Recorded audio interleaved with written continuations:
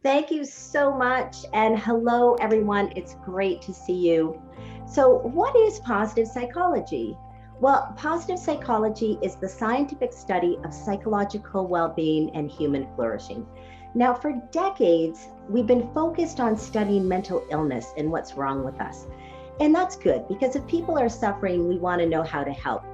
But we also want to study what keeps us mentally healthy so that we can prevent things like depression, anxiety, and stress. And scientists have actually cracked the code on what keeps us mentally healthy and happy.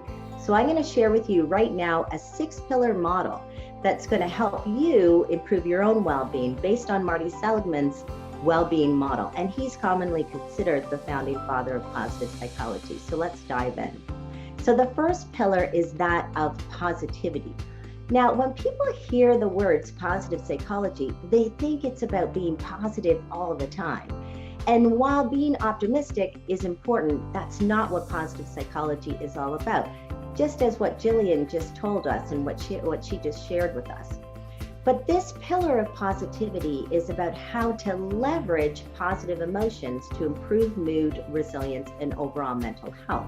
So just as Jillian was saying, experiencing frequent positive emotions throughout the day is going to be important. And you want to have much more positive emotions than you want to have negative emotions in the day. That's really going to keep you on the levels of flourishing. So how do you stay positive when we're going through a pandemic? And the best way really is to schedule it into your day. Just plan to do some things throughout the day that bring you moments of joy. So when you see your dog, plan to savor your dog.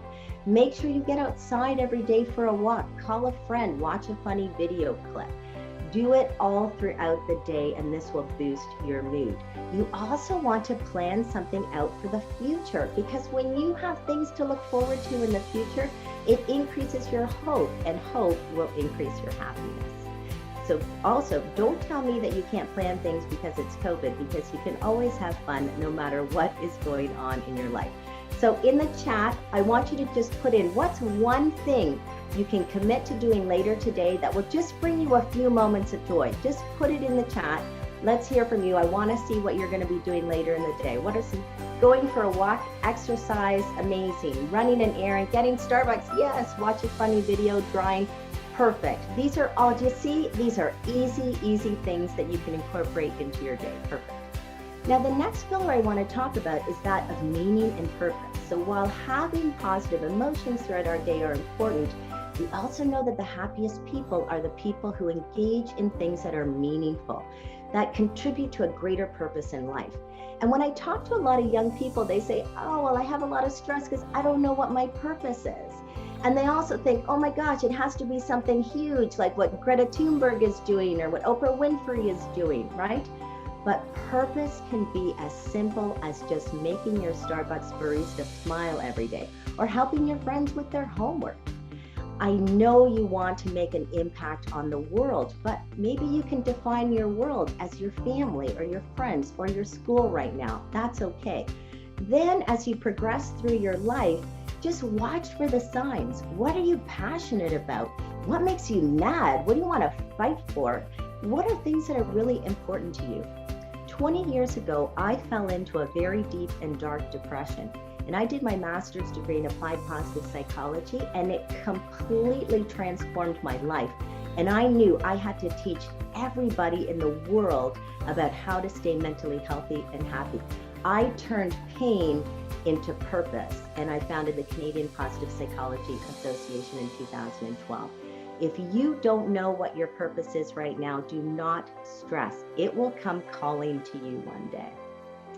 Now, the next pillar I want to talk about is that of engagement. So one of the greatest contributors to well-being is being fully mindful, present, focused in the moment. What robs us of our well-being is when we're ruminating about stuff that happened in the past, or we're worried about stuff that may or may not happen in the future. This is going to ruin your well-being, and it's going to make your mood just plummet. So the next time you're worried about something, ask yourself, is this in my control or is this out of my control? Now, if it's completely out of your control, you have to let that baby go. Because if you worry about it, or if you don't worry about it, it's not going to make a stitch of difference because it's out of your control. So let it go. Now, if it's in your control, then you want to fix it. Do something about it. Get into action. If you don't, it's just going to continue to be a source of worry for you, and you're not going to be able to be present in the moment, and that will reduce your well-being. Now, the next pillar I want to talk about is that of positive accomplishment. Now, as human beings, we are very happy when we are striving for and achieving our most desired goals. And one of the best ways to achieve your goals is focus on your strengths.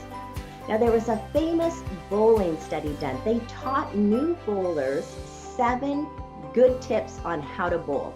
And then they put people into 2 different groups. For the first group, they said, okay, you're going to bowl every time you take a turn. We want you to analyze what did you do wrong and then avoid doing that again. And then the second group, they said, now we want you to bowl, and every time you take your turn afterwards, analyze what you did right and try to do more of that. And guess what? The bowlers who focused on what they did well showed as much as 100% improvement in bowling scores when compared to the other group.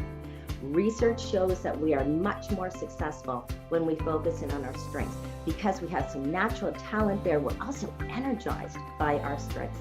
So celebrate your strengths. In fact, let's celebrate our strengths right now. So in the chat, I want to see some of your strengths. What's your number 1 strength? And I'm giving you permission to brag. So go ahead. What's your number 1 strength? Put it in the chat right now. Nice. Sabrina's saying creativity, and Nandini saying hard worker and baking, confidence, independence, great listener, passionate, patience, kind, creative, understanding. Amazing. We all have these strengths within us. Good. The next pillar that I want to talk about is that of vitality. And that is about our physical health and energy. What fuels physical energy? Well, good nutrition, good sleep, and daily exercise. Yes, I said it, daily exercise. Now, for those of you who think that exercise is a 4-letter word, I actually have some good news for you.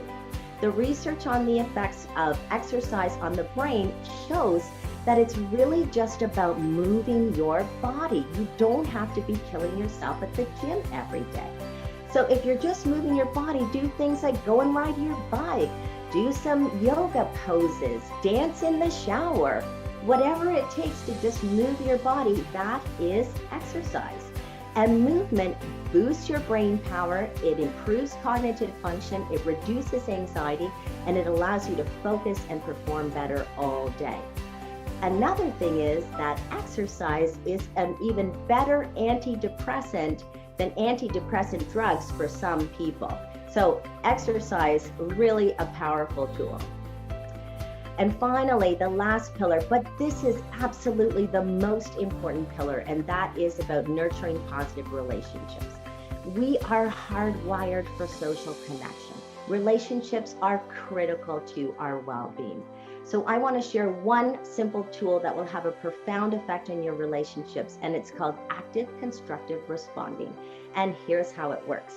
The next time somebody comes to you with some good news, not bad news, good news, no matter how small, like, oh, we won the hockey game, or oh, look at these great new shoes I bought, or it could be big news, I just found out that my mother is cancer-free. I want you to stop what you're doing. Take your head out of your phone, look the person straight in the eye, and just ask them 2 or 3 curious questions. Just connect with them. What was the score? Where'd you get those great shoes? Just engage, show them that you are genuinely happy for them. Be happy with them, not just for them. And who cares whether you think it's something that you would be happy about? It doesn't matter. Focus on them. And seriously, I tell you, I have done this in hundreds of workshops. It just takes 30 seconds to do. So the next time you're with family and friends, give it a try.